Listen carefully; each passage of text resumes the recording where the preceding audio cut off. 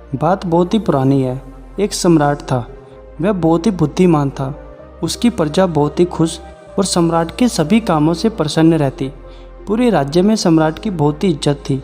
लोग उसे अब तक का सबसे अच्छा सम्राट मानते थे। उस सम्राट का एक बेटा भी था जो अपने पिता की तरह महान बनना चाहता था। लेकिन जब भी वह कुछ अच्छा करने की कोशिश करता तो अक्सर कोई ना कोई गलती कर बैठता और फिर यह सोचकर हैरान रहता कि लोग मेरे बारे में क्या सोचेंगे। वह हर बार अपनी गलतियों के लिए खुद को कोसता रहता और अपना ज़्यादातर समय इसी चिंता में बिता देता कि लोग क्या कहेंगे। अपनी इसी चिंता की वजह से वह उदास हो जाता। उसी राज्य में एक बहुत ही प्रसिद्ध बौद्ध भिक्षु भी रहा करते थे जो अपनी बुद्धि के लिए जाने जाते थे।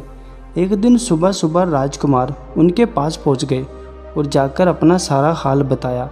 बौद्ध भिक्षु ने राजकुमार की सारी बातें बड़ी ध्यान से सुनी और फिर अंत में राजकुमार ने कहा, आप मुझे ऐसा तरीका बताइए जिससे मैं अपने मन को बस में कर सकूं, अपने मन को शांत कर सकूं। भिक्षु ने कहा, राजकुमार ये काम बड़ा ही कठिन है, क्या आप इसकी कीमत चुकाने के लिए तैयार हो? यह सुन राजकुमार ने बड़े ही घमंड से कहा, मैं कोई भी कीमत चुकाने के लिए तैयार हूँ। आखिरकार मैं एक सम्राट का पुत्र हूँ। यह सुन बौद्ध भिक्षु ने कहा, नहीं नहीं, तुम गलत समझ रहे हो। मैं तुम्हें धन देने की बात नहीं कर रहा हूँ, बल्कि मैं तुम्हें एक काम दूंगा जो तुम्हें बिना सवाल किए करना पड़ेगा। राजकुमार ने कहा, आप जो भी काम दोगे मैं करने के लिए तैयार हूँ। यह सुन बौद्ध भिक्षु ने कहा, तुम अकेले बाजार जाओगे और कबाड़ की दुकान से कुछ लोहा खरीद कर लाओगे। राजकुमार, जो आज से पहले कभी भी राजमहल के बाहर पैदल नहीं गए थे, जिनके एक इशारे पर रथों की लाइन लग जाती थी, नौकर जिनके आगे पीछे घूमते थे। राजा ने कहा, क्या मैं इस काम के लिए अपने नौकर को भेज सकता हूँ? भिक्षु ने कहा, नहीं, अगर तुम्हें अपनी समस्या का हल जानना है तो तुम्हें बिना सवाल किए सारे काम खुद ही करने पड़ेंगे। भिक्षु ने कहा, जो भी शहर की सबसे बड़ी कबाड़ की दुकान है, तुम्हें वहीं से लोहा खरीद कर लाना है। राजा ने कुछ समय के लिए सोचा और फिर बाजार के लिए निकल पड़ा। जैसे ही वह बाजार की तरफ निकला तो उसके मन में कई विचार आए। वह सोचने लगा, भला क्यों कोई इन फालतू के चक्करों में पड़ेगा। लोग मुझे मेरे कपड़े से पहचान लेंगे। पता नहीं लोग मेरे बारे में क्या क्या सोच रहे होंगे कि सम्राट का पुत्र होकर बाजार पैदल आया है। लोग मेरा मजाक उड़ाएंगे और न जाने कैसी कैसी बातें करेंगे। यह सब सोच सोचकर उसका सिर शर्म से नीचे झुक गया। शर्म से सिर झुकाए राजकुमार कबाड़ी की दुकान पर पहुंच गया और घबराहट के साथ लोहा खरीदने लगा। लोहा बहुत ही गंदा था, लेकिन राजकुमार का मन तो चिंता में डूबा हुआ था। उसने ध्यान ही नहीं दिया कि उसके कपड़े गंदे हो गए। अब राजकुमार का मन और भी घबरा गया कि लोग क्या सोचेंगे। वह जल्दी जल्दी चलते हुए बौद्ध भिक्षु के पास पहुंच गया। बौद्ध भिक्षु उसकी घबराई हालत को देखकर मुस्कुराने लगे और बोले, तुम ये लोहा लेकर शहर की दूसरी तरफ जाओ, वहाँ एक लोहार की दुकान है। तुम इस लोहे को पिघलाकर इसकी एक तलवार बनानी है। राजकुमार बिना सवाल किए चल पड़ा। उसके मन में ये विचार आ रहा था कि अगर पिताजी को पता चला तो क्या होगा। कहीं लोग यह ना समझ ले कि मुझे पिताजी ने महल से बाहर निकाल दिया है। वह मन ही मन खुद को कोसता जा रहा था कि मैं अक्सर अपने आप को ऐसी ही उलझनों में फंसा लेता हूँ। फिर वह राजा लोहार की दुकान पर पहुँच जाता है। फिर वह खुद ही लोहे को पिघलाता है और उसकी तलवार बनाता है। खुद के हाथों से बनाई तलवार को देखकर वह बड़ा ही खुश होता है। अचानक उसने ये महसूस किया कि वह तलवार बनाने के काम में इतना खो गया था कि इस दौरान उसके मन में कोई भी विचार नहीं आ रहे थे। राजा वह तलवार लेकर भिक्षु के पास लौट गया तो उसका मन इस बार बड़ा ही प्रसन्न था। उसने जाकर भिक्षु के हाथों में अपनी तलवार रख दी। तलवार देखकर भिक्षु ने कहा, राजकुमार, इस बार तुम्हें कुछ अच्छा महसूस हो रहा होगा। यह तुम्हारे घमंड की तलवार है। यह सुन राजकुमार थोड़ा सा चौंका, लेकिन वह कुछ समझा नहीं। फिर भिक्षु ने कहा, ठीक है, तो तुम एक काम और करो, फिर मैं तुम्हें इसका कारण बताऊंगा। तुम बाजार जाकर लोगों से पूछो, क्या उन्होंने थोड़ी देर पहले तुम्हें यहाँ देखा था, और अगर देखा था तो तुम्हारे बारे में क्या सोचा था।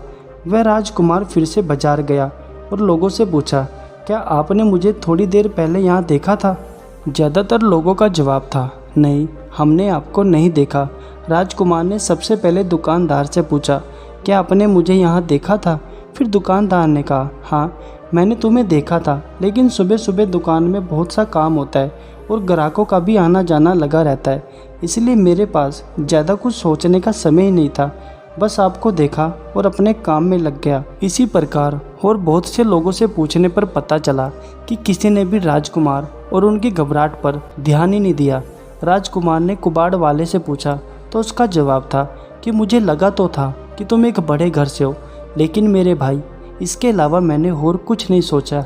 बाजार वालों से ऐसी बातें सुनकर राजकुमार को लगा जैसे किसी ने उनके सर का बोझ हल्का कर दिया। फिर वह खुशी से झूमता हुआ बोध बिच्छू के पास पहुंचा और सारी बात बताई। सारी बात सुन बोध बिच्छू ने गंभीर होकर कहा, आज इस घटना से तुमने 3 बातें सीखी। हम अपनी गलतियों को जितनी गहराई से देखते हैं, उतनी गहराई से कोई और नहीं देखता।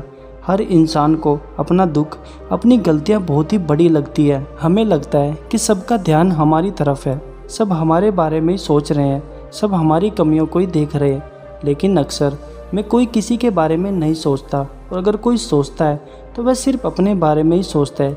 किसी के पास भी इतना समय नहीं, क्योंकि सब अपने बारे में ही सोचते हैं। इसलिए इस बात पर चिंता करना मूर्खता है कि कोई हमारे बारे में क्या सोच रहा है। कोई हमारे बारे में कुछ नहीं सोचता। बोध बिच्छू ने कहा, दूसरी बात, हम खुद ही अपने सबसे बड़े दुश्मन हैं। हम अंदर ही अंदर खुद की कमियां निकालते रहते हैं और अपने आप को दुख देते हैं, और अपनी कमियों के बारे में सोच सोच कर उन्हें इतना बड़ा बना लेते हैं जितनी वह बड़ी होती नहीं, और फिर हम ज़्यादा सोचने की आदत के शिकार हो जाते हैं। ऐसा नहीं है कि लोग आपके बारे में नहीं सोचते, लोग आपके बारे में सोचते हैं, लेकिन जो लोग ऐसा करते हैं वो खुद किसी काम के नहीं होते। इसलिए ऐसे लोगों की बातों से तुम्हें फ़र्क नहीं पड़ना चाहिए। बोध बिच्छू ने कहा, तीसरी बात, ये बात तुम्हें बड़े ही ध्यान से सुननी चाहिए।